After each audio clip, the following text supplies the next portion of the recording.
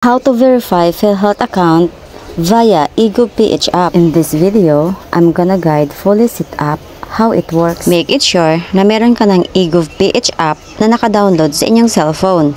So, ang gagawin mo dito, tap mo lang yung eGovPH app or open mo lang. Once na open mo na, dito sa bandang baba ng yung dashboard, makikita mo ang PhilHealth. Then mag-show up itong verify your identity.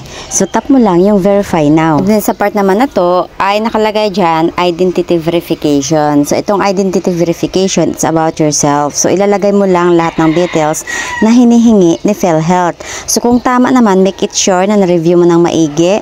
And then tap mo lang yung next na button na tinuturo ng aking daliri.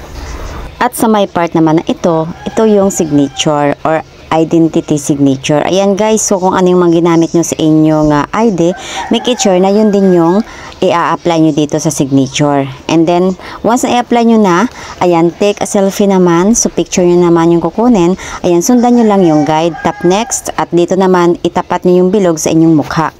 Once done na yung selfie caption, tap mo lang yung continue. And then pagkatapos guys, ito na yung lalabas dyan sa screen board ninyo. Congratulations! Ibig sabihin, successful na po yung ating pag-apply or pag-verify ng ating account.